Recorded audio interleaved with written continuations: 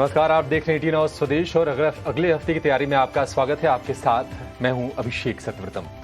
बाजार इस वक्त नए रिकॉर्ड बनाकर आज रिकॉर्ड क्लोजिंग भी दी है निफ्टी ने। और इस हफ्ते की अगर हम रेंज देखें तो तकरीबन 350 अंक की रेंज रही है निफ्टी की, और निफ्टी बैंक की रेंज रही है 1000 पॉइंट की। आज हमने 20,200 के आसपास के स्तर देखे और अब सवाल ये उठता है कि क्या निफ्टी अपने रेजिस्टेंस के लेवल के पास है या फिर छोटे मोटे बाधाओं को पार करके बाजार फिर से आगे की रफ्तार दिखाएगा। आज हमने देखा कि ऑटो शेयरों में अच्छी रफ्तार दिखी है। बजाज ऑटो आज निफ्टी का टॉप गेनर साबित हुआ क्योंकि एक अच्छी रिपोर्ट आई थी। बैंक ऑफ अमेरिका की तरफ से डबल अपग्रेड आया और टारगेट भी उन्होंने बढ़ाया, 5,500 रुपए का टारगेट कर दिया है। और उसके दम पे शेयर में हमने 6% की क्लोजिंग देखी। दिन के ऊपरी स्तरों पर जाकर यह शेयर बंद हुआ है। ऑटो की अगर हम बात करें तो M&M, हीरो मोटो, ये तमाम शेयर आज चले हैं और ऑटो के साथ साथ IT शेयरों में भी आज हमने बाइंग देखी। लेकिन क्रूड के असर वाले जो शेयर हैं वहां पर थोड़ी सी कमजोरी का हमने रुझान देखा है।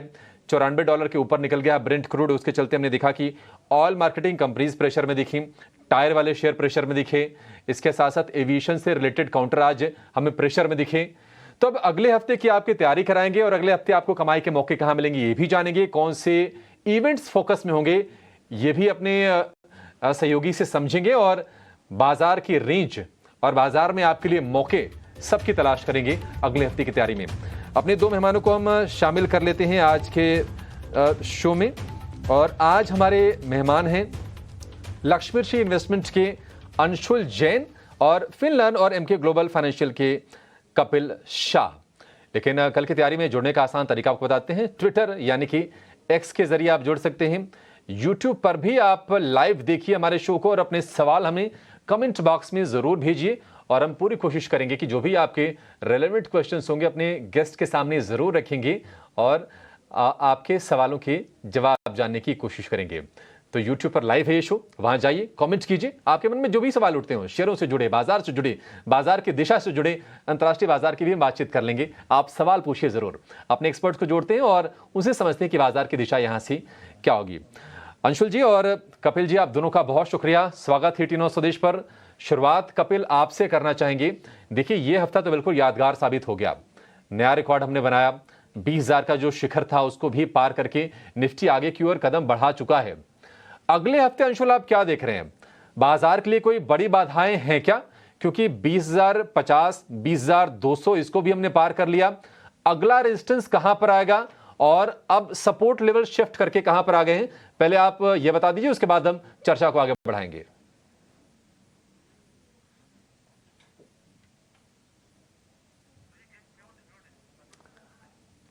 कपिल प्लीज अनम्यूट कीजिए, उसके बाद आपको हम सुन पाएंगे।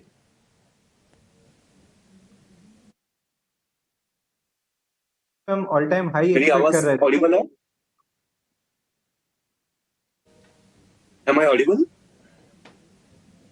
जी कपिल आपसे ये सवाल था।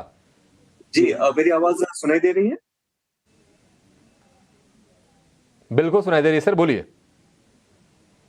जी, तो निफ्टी का जो बेसिकली इस वीक में हमें एक छोटा सा सेलिंग प्रेशर देखने मिला था मंगलवार को, और वो उसका हाई एंड लो काफी क्रिटिकल भी हो गया था। तो हम जस्ट देख रहे थे कि अभी आने वाले सेशंस में मार्केट का कौन सा क्या होता है, लो ब्रिज करता है, हाई ब्रिज करता है। लेकिन मार्केट ने अपना हाई ब्रिज कर लिया हुआ है, पॉजिटिव मोमेंटम में ही है। तो यहाँ पे सपोर्ट लेवल और व्यू पॉजिटिव ही बन जाता है जब तक मार्केट 19,900 के ऊपर सस्टेन करता है। तो अभी के टाइम पे 19,900 को एक तो जो इंपॉर्टेंट सपोर्ट मान के शॉर्ट टर्म में हम इसमें एक पॉजिटिव का व्यू रख रहे हैं। मार्केट नो डाउट एक 20,200 के एक रेजिस्टेंस लेवल के यहाँ पे आ चुका है। पिछले 15 से 20 मिनट में हमें थोड़ा बहुत सेलिंग प्रेशर भी देखने मिला था, लेकिन 20,200 का लेवल निकल जाता है तो मार्केट में और भी एक इंप्रूवमेंट हमें देखने मिल सकता है। वो नेक्स्ट बेस लेवल इसका 20,500 का बनता है, लेकिन व्यू अभी पॉजिटिव है अबाउट 19,900 तक। ठीक है, निफ्टी को लेकर ये व्यू है। लेकिन चलिए एक काम करते हैं, फटाफट हमारे दर्शक ना यूट्यूब से जुड़ रहे हैं और भारी संख्या में सवाल भी वो पूछ रहे हैं कि करना क्या है। और सवाल लेते हैं, आनंद मेहता का गुजरात से सवाल आया है और इनका सवाल है ना बैंक ऑफ इंडिया को लेकर। और आज हमने देखा कि बैंक ऑफ इंडिया के शेयर में प्रेसिडेंट कैंपशाफ्ट के बाद में बात कर लेंगे, पहले बैंक ऑफ इंडिया लेके आइए। बैंक ऑफ इंडिया की पहले बातचीत करते हैं और बातचीत इसलिए करेंगे क्योंकि छोटे मझोले जो बैंकिंग शेयर है वहां पर अच्छी रौनक हम देख रहे हैं। हालांकि बैंक ऑफ इंडिया में आज हमने 1.5% की कमजोरी देखी, लेकिन आप देखेंगे धनलक्ष्मी बैंक, अगर आप देखेंगे यूको बैंक के शेयर में तेजी अच्छी खासी रही, bank of Maharashtra, central bank, ये शेयर चल रहे हैं। बैंक ऑफ इंडिया हमने देखा था कि 100 रुपए के ऊपर गया था अंशुल, और ठीक ठाक ये शेयर चला हुआ है। थोड़ा सा हम कमजोरी ऊपरी स्तरों से प्रेशर देख रहे हैं, लेकिन इसकी दिशा आपको क्या लग रही है? क्या ये शेयर चलता रहेगा और छोटे मोटे करेक्शन से घबराना नहीं चाहिए? देखिए, इसमें 10-12 दिन की एक रेगुलर मूव थी। 85 रुपीज से ये चला था ऊपर 108 तक, और आज के सेशन में एक आउटसाइड बार की फॉर्मेशन है जो थोड़ा सा नेगेटिव फॉर्मेशन है। प्रॉफिट बुकिंग हो रही है। 20 डे मूविंग एवरेज से थोड़ा सा एक्सटेंडेड है, 94 पे है 20 डे मूविंग एवरेज। तो प्रोबेबली नेक्स्ट वीक में थोड़ा सा साइडवेज और नीचे की तरफ करेक्शन रहेगा 98 से 100 के बीच में। वो डिप एक बाइंग अपॉर्चुनिटी होगी। ये छोटे मोटे जो करेक्शंस आ रहे हैं ये इसमें लोअर लेवल्स पे एंट्री का मौका देंगे। ओवरऑल इसका जो टारगेट निकल के आ रहा है वो 128 से 130 का आ रहा है। तो जो अगले 2-3 दिन में करेक्शन आएगी ये अपॉर्चुनिटी रहेगी बाइंग करने की। ठीक है, गिरावट पर खरीदारी करने की सलाह है बैंक ऑफ इंडिया के शेयर में अंशुल की तरफ से। कपिल, आपसे जानना चाहेंगे कि प्रिसीजन कैम्पशाफ्ट इनके पास से 200 शेयर हैं और 100 रुपए का भाव इनका है, और क्या अमेजिंग रैली प्रिसीजन कैम्पशाफ्ट ने दिखाई है। 6 महीने में ये शेयर तकरीबन 3 गुना हो गया है। 100 की इनकी एंट्री है, 273 पर ये शेयर ट्रेड कर रहा है और प्रॉफिट इनको हो रहा है 34,700 रुपए का। क्या करना चाहिए? मतलब सिद्धांत तो कुछ नहीं है ऐसा हार्ड एंड फास्ट, लेकिन ये जरूर होता है कि अगर आपके पैसे डबल हो जाएं, ट्रिपल हो जाएं, तो आपको प्रॉफिट बुकिंग की सलाह दी जाती है। प्रिसीजन कैम्पशाफ्ट में आप यही सलाह देंगे या फिर बेहतर ये होगा कि स्टॉप लॉसेस को ट्रेल करते रहें, ऊपर करते रहें और बने रहें शेयर में? जी जी बेसिकली हम जो टेक्निकल्स में एक बहुत ही इम्पोर्टेंट प्रिंसिपल को फॉलो कर रहे हैं, जो कि एक मोमेंटम ट्रेडिंग हम कहते हैं। तो जब तक स्टॉक में कोई वीकनेस नहीं देखने मिलती है, जब तक कोई हमें रिवर्सल नहीं देखने मिलता है, हम इसमें टिके रहते हैं। तो यहाँ पे 273 पे स्टॉक चल रहा है, उसका जो ट्रेलिंग स्टॉप लॉस हम देखते हैं वो 222 के यहाँ पे आता है। लेकिन स्टॉक प्राइस अभी 222 के नीचे जाएगा, उसका नेगेशन आएगा, तब तक काफी एक प्रॉफिट में एक कटौती आ जाएगी। तो बेहतर होगा कि यहाँ पे थोड़ा सा 20-30% जितना प्रॉफिट बुक कर सकते हैं, और बाकी की जो क्वांटिटी है उसको 222 का स्टॉप लॉस रख के इसको होल्ड कर सकते हैं। स्ट्रक्चरली काफी अच्छा स्टॉक है, कोई रिवर्सल साइन नहीं है, लेकिन ऑफकोर्स मार्केट भी काफी एक्सटेंडेड लेवल है और काफी सारे मार्केट के दिग्गज भी बोल रहे हैं कि this is what an cautious sign यहाँ पे हमें रखनी चाहिए। तो यहाँ पे ऑफकोर्स थोड़ा पार्शियल क्वांटिटी में प्रॉफिट बुक कर लेना चाहिए, और बाकी की क्वांटिटी के लिए 222 का ट्रेलिंग स्टॉप लॉस। ठीक है, प्रिसीजन कैम्पशाफ्ट के लिए यही व्यू। प्रणय का सवाल लेंगे। यूट्यूब पर उन्होंने सवाल हमसे पूछा है अभी, और प्रणय के पास है VBL यानी कि वरुण बेवरेजेज लिमिटेड के शेयर हैं 45 की संख्या में और भाव है 803 रुपए का। कपिल, हम देख रहे हैं कि वरुण बेवरेजेज अच्छा रफ्तार दिखाया शेयर ने। अब तो 1.25 लाख करोड़ मार्केट कैप वाली कंपनी है। थोड़े से वैल्यूएशंस ऊपरी स्तर पर है, 50-60 के ऊपर का PE इसका है फिलहाल, लेकिन 900 से लेकर 1000 वाले रेंज में आने के बाद ना थोड़ा समय बिताता हुआ दिख रहा है। इसको लेकर आप क्या सलाह देंगे? हालांकि इनको प्रॉफिट हो रहा है ठीक ठाक, लेकिन क्या और प्रॉफिट कराएगा शेयर? ये निवेशित रहे इसमें? ओके, VBL का वैसे बेसिकली ट्रेंड देखा जाए तो बहुत ही स्ट्रॉन्ग ट्रेंड रहा हुआ है, लेकिन अगर हम शॉर्ट टर्म में देखते हैं तो जिस हिसाब से मार्केट में हमें मोमेंटम देखने मिली हुई है, वहां पे ये स्टॉक ने इतना पार्टिसिपेट नहीं किया हुआ है। और अगर हमारी एंट्री कुछ नीचे के लेवल पे बनती थी तो हाँ, हम इसको होल्ड कर सकते थे, लेकिन हमारी एंट्री कुछ ऊपर के लेवल पे बनी हुई है, तो यहाँ पे थोड़ा सा कॉन्शियस साइन बन जाता है कि इतने बहुत अच्छे मोमेंटम के बाद में हमने इसको पार्टिसिपेट किया है, पहले का मूव हमने इसको कैप्चर नहीं कर पाए हैं। स्टॉक प्राइस में फिलहाल मार्केट को चलते हुए देखते हुए कुछ भी खास ट्रैक्शन नहीं देखने मिल रहा है। स्टॉक का स्ट्रक्चर बिल्कुल ही खराब तो नहीं है, लेकिन यहाँ पे स्टॉक के अंडर परफॉर्मेंस की वजह से यहाँ पे मैं 900 रुपए का एक ट्रेलिंग स्टॉप लॉस रखने की मैं ऑफकोर्स एक हिदायत दूंगा। 900 रुपए के नीचे आता है तो स्टॉक प्राइस में एग्जिट कर लेना चाहिए, क्योंकि उसके बाद में स्टॉक 860 से लेकर 850 तक भी हिट कर सकता है। तो 900 रुपए के ट्रेलिंग स्टॉप लॉस से होल्ड कीजिए। ठीक है, 900 की स्टॉप लॉस से होल्ड करने की सलाह है। अगला शेयर जिसके ऊपर दर्शक सवाल पूछ रहे हैं वो है वेदांता का, और सवाल आया है नमन का चंडीगढ़ से। इनके पास है 100 शेयर हैं, 300 रुपए के भाव पर हैं, 302 रुपए का भाव है। वेदांता ने निराश किया है क्योंकि ये 340 रुपए इस साल का इसका हाई है और वहां से शेयर गिर के अब ये 240 के भी नीचे आ गया है। 52 हफ्ते के निचले स्तरों के आसपास ट्रेड कर रहा है। और इस पूरे हफ्ते हम अपने बड़े एक्सपर्ट से पूछते रहे और कई सारे ऐसे फंडामेंटल एक्सपर्ट थे जो बुलिश हैं वेदांता को लेकर कि बहुत ही आकर्षक भाव पर यह शेयर अभी ट्रेड कर रहा है। हालांकि दर्शकों की अपनी मेंटेलिटी होती है, परेशान होते हैं जब शेयर नीचे आता है। तो अंशुल, वेदांता आपको भी लगता है कि अब ये बॉटम के आसपास शेयर है, बॉटम इसका बन चुका है, इसके नीचे नहीं जाएगा और यहां से तेजी की उम्मीद करनी चाहिए? देखिए, वेदांता टेक्निकली बहुत वीक काउंटर है और मेटल इंडेक्स में देखें तो सबसे ज्यादा वीक काउंटर जो है वो वेदांता है। एक रेंज में बहुत समय से ट्रेड कर रहा है, नीचे 230 और ऊपर में 245। ये 15 रुपए की रेंज है, रेंज के बिल्कुल बीच में है। रेंज के लोअर एंड पे 230 रुपए पे एक बार लॉन्ग कर सकते हैं, 5 रुपए का स्टॉप लॉस लेके 245 तक का टारगेट रहेगा। बट अगर इसी स्पेस में अगर प्ले करना है तो टाटा स्टील बहुत बेहतर प्लेयर 10 दिन से एक रेंज के अंदर ट्रेड कर रहा है, 133 निकलता है। तो टाटा स्टील में ज्यादा कैपिटल एप्रिसिएशन मिलेगा बजाय वीडीएल के। तो एक बार टाटा स्टील देख सकते हैं, वहां पे 145 तक की रैली देखने के लिए मिलेगी।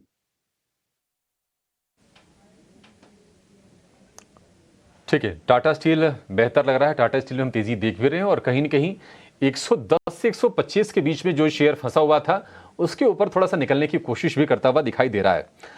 अगले दर्शक का सवाल है हमारे पास और ये सवाल है आईटीआई के शेयर को लेकर।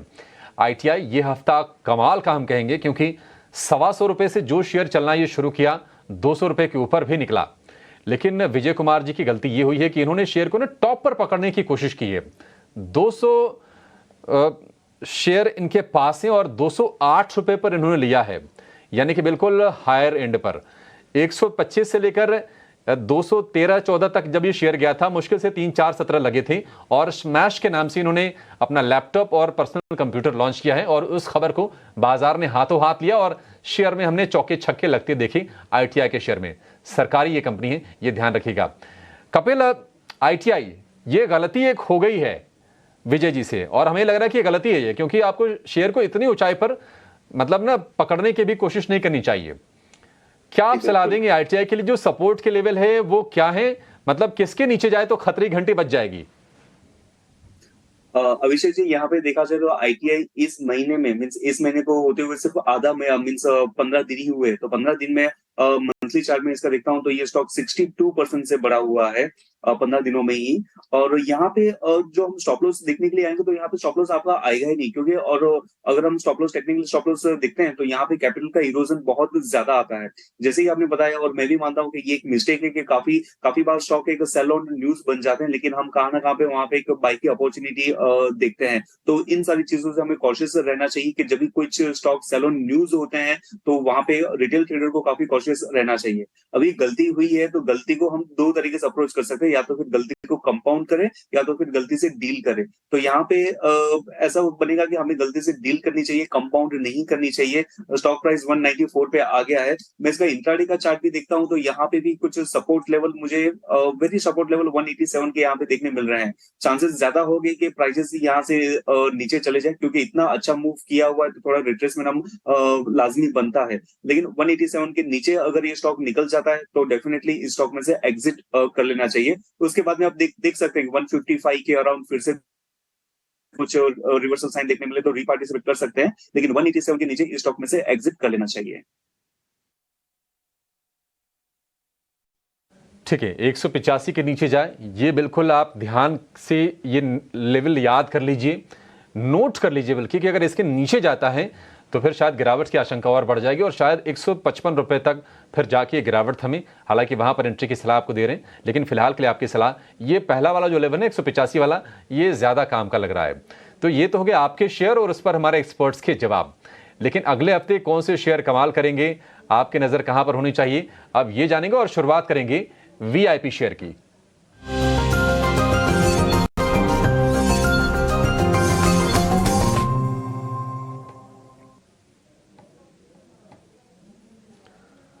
अंशुल, शुरुआत आपसे करना चाहेंगे, बताइए आपके दो शेयर कहां पर आपको लगता है कि मौके बनने वाले हैं नेक्स्ट वीक? देखिए, निफ्टी और बैंक निफ्टी में ऑल टाइम हाई बना है। बैंक निफ्टी थोड़ा सा रह गया है तो हम अगले हफ्ते एक्सपेक्ट कर रहे हैं कि दोनों इंडेक्स में नए ऑल टाइम हाई बनेंगे और तेजी का माहौल रहेगा। इनिशियली एक करेक्शन रह सकता है, बट तेजी का माहौल रहेगा। तो दो स्टॉक जो हम बाइंग देंगे, उसमें पहला है टाटा स्टील। 10 दिन की रेंज से ब्रेकआउट लेने की कोशिश कर रहा है। 133 134 पे एक रेजिस्टेंस है। जैसे इससे ये रेजिस्टेंस निकलेगा 145 से 150 तक का ये अपमूव बहुत आराम से देगा। दूसरा, एफएमसीजी स्टॉक्स बहुत तेज लग रहे हैं। टाटा कॉफी और टाटा कंज्यूमर बहुत डिस्कस हुए हैं। इसके अलावा एक शेयर है मैकडॉवेल। ये आज थोड़ा सा करेक्ट करके क्लोज किया है, लेकिन जो ब्रेकआउट था इसका 1040 पे, उसको रीटेस्ट करके क्लोज किया है। तो 1045 1050 का रेजिस्टेंस है। इस लेवल के ऊपर अगर मंडे टिकता है तो इसमें पूरे वीक के लिए बाई करना चाहिए। ऊपर में 1090 से 1100 तक के टारगेट मिल सकते हैं। दोनों स्टॉक में बहुत तेजी है, और इन पर्टिकुलर अगले हफ्ते के लिए अगर हमें देखना है तो बैंकिंग स्टॉक्स और एफएमसीजी स्टॉक्स, इन दो में बहुत तेजी रहेगी।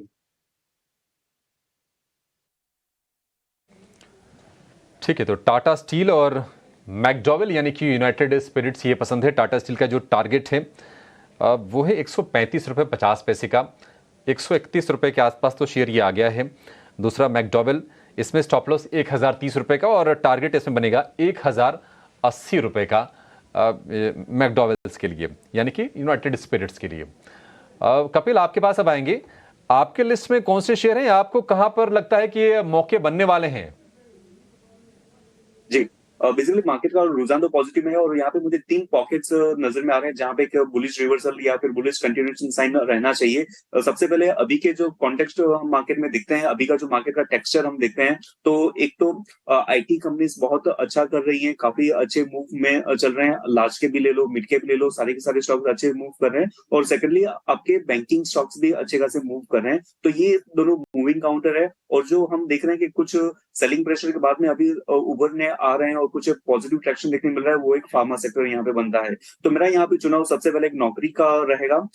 एग्रीगेटर कंपनी है, तो नौकरी का बीच में काफी सेलिंग प्रेशर आया था। उस सेलिंग प्रेशर की वजह से आरएसआई भी आपका ओवरसोल्ड हो गया था और लॉन्ग टर्म मूविंग एवरेज के सपोर्ट लेवल के यहाँ पे आ गया था। और ओवरऑल स्ट्रक्चर स्टॉक का काफी अच्छा है। तो ओवरऑल पॉजिटिव स्ट्रक्चर में एक डिसेंट करेक्शन के बाद में फिर से ये स्टॉक में अप मूव हमें देखने मिल रहा है। तो ये स्टॉक 4500 के यहाँ पे चल रहा है, तो 4335 का यहाँ पे स्टॉप लॉस रहेगा। और ऊपर में हमें 4700 के टारगेट्स आते हुए देखने मिल सकते हैं। 4700 के लेवल्स निकलते ही ये स्टॉक हमें 4875 के भी लेवल्स दिखा सकता है। और दूसरा स्टॉक है टेक महिंद्रा का। टेक महिंद्रा में भी काफी अच्छी बुलिश कंटिन्यूएशन साइन और फ्लैग पैटर्न का हमें ब्रेकआउट भी देखने मिला हुआ है। तो यहाँ पे भी लग रहा है, और इसके नियर बाय कोई रेजिस्टेंस भी नहीं है टेक महिंद्रा के। तो करंट लेवल 1297 का जो लेवल है वहां पे हमें बाय करना चाहिए। 1265 का यहाँ पे स्टॉप लॉस रहेगा। और ऊपर में कहां ना कहां पे 1370 के हमें टारगेट्स आते हुए देखने मिल सकते हैं। तो नौकरी और टेक पे हमारा बाय का व्यू रहेगा। ठीक है, इन्फो एज और टेक महिंद्रा ये दो शेयर कपिल को पसंद है। अगले हफ्ते इसमें आपके लिए मौके बनते रहेंगे। टारगेट, स्टॉप लॉस आपकी स्क्रीन पर, फोटो खींचना फोटो खींच के रख लीजिए, नोट करना है नोट करके रख लीजिए। ये 4 शेयर बेहद काम पे है और इन 4 शेयर पर हमारे एक्सपर्ट्स का कन्विक्शन है। लेकिन एक बार फिर से बढ़ेंगे हम जो आपके सवाल आ रहे हैं तमाम सोशल मीडिया प्लेटफॉर्म के जरिए, वो चाहे यूट्यूब हो, चाहे फेसबुक हो या फिर इंस्टाग्राम हो। अगला जो सवाल लेंगे वो लेंगे एसबीआई को लेकर। हरियाणा से ट्विटर के जरिए विनीत कुमार ने ये सवाल भेजा है और उनके पास है 50 शेयर 575 रुपए के भाव पर। कपिल, आज हमने देखा कि बैंकिंग शेयरों का जो भागीदारी जो रही, बराबर का मामला रहा। जितना निफ्टी बैंक चला है उतना निफ्टी चला, उतना निफ्टी बैंक भी चला है। 600 रुपए के एक पास फिर से पहुंच गया एसबीआई का शेयर। एसबीआई 575 की इनके बाइंग है। कहां तक आप शेयर को जाते हुए देख रहे हैं और क्या आपको लगता है कि अभी ये शेयर यही नहीं रुकेगा और चलेगा? अभी का जो मार्केट का रुख हम देख रहे हैं, तो प्राइवेट बैंक से ज्यादा खाने का भी पीएसयू बैंक्स में बहुत ही अच्छी मोमेंटम देखने मिल रही है। लेट्स से कि अभी का जो मार्केट का रुख हमें देखने मिला हुआ है कि मार्केट 19,300 से लेके 20,000 का लेवल हमें आते हुए देखने मिल रहा है। तो मार्केट में कुछ 3 से 3.5% का हमें इजाफा देखने मिला हुआ है। लेकिन वही इजाफा उसी ड्यूरेशन में हम पब्लिक सेक्टर बैंक का देखते हैं तो 12 से 13% का देखने मिला हुआ है। हालांकि एसबीआई पब्लिक सेक्टर बैंक में से काफी स्लो मूविंग काउंटर रहा हुआ है, लेकिन स्ट्रक्चर तो इसका भी अच्छा है। तो जो डिफेंसिव ट्रेडर रहते हैं तो उसके लिए एसबीआई का स्ट्रक्चर अभी भी अच्छा लग रहा है। 598 के लेवल पे अभी चल रहा है। स्टॉक में हिस्टोरिकली हमने देखा हुआ है कि कहां ना कहां पे स्टॉक का 418 से 420 का हमें एक रेजिस्टेंस आते हुए देखने मिल रहा है। तो यहाँ से एक और अपमूव होने की एक्सपेक्टेंसी तो बनती है। तो 615 से 620 तक ये स्टॉक की अपसाइड पोटेंशियल बनती है, तो वहां तक रुके और वहां पे शॉर्ट टर्म ट्रेडर तो प्रॉफिट बुक कर सकते हैं। लेकिन अभी के लिए होल्ड एंड सेल बिटवीन 615 से 620 के बीच में। अभी आप बने रहें 615 से 620 में। अगर आप चाहें तो एक बार निकासी कर सकते हैं अपने पैसों की। व्हाट्सएप के जरिए सवाल आया है वडोदरा से और भेजने वाले जो शख्स हैं उनका नाम है सैफ। एचबीएल पावर सिस्टम, इसके शेयर है 1333 की संख्या में और भाव जो है 280 रुपये का। गलती यही है क्योंकि ये जो पावर वाले जो शेयर है ना, इस पे तो नीचे के लेवल पर जिन्होंने शेयर लिए हैं वो एंजॉय कर रहे हैं, वो प्रॉफिट बुकिंग भी कर रहे हैं, प्रॉफिट लेकर बैठे भी हैं। लेकिन बहुत कम ऐसे गिने चुने लोग होंगे जिनको नुकसान हो रहा होगा पावर रिलेटेड, पावर यूटिलिटीज वाली कंपनियों में। एचबीएल पावर अंशुल, हमने 290 के आसपास शेयर को जाते हुए देखा था। 294 रुपये के ऊपर इसका हाई है 52 वीक का, वहां से थोड़ा सा करेक्ट हुआ और इन्होंने शायद करेक्शन पर ही लेने की कोशिश की है शेयर को, लेकिन शेयर थोड़ा सा और नीचे आ गया।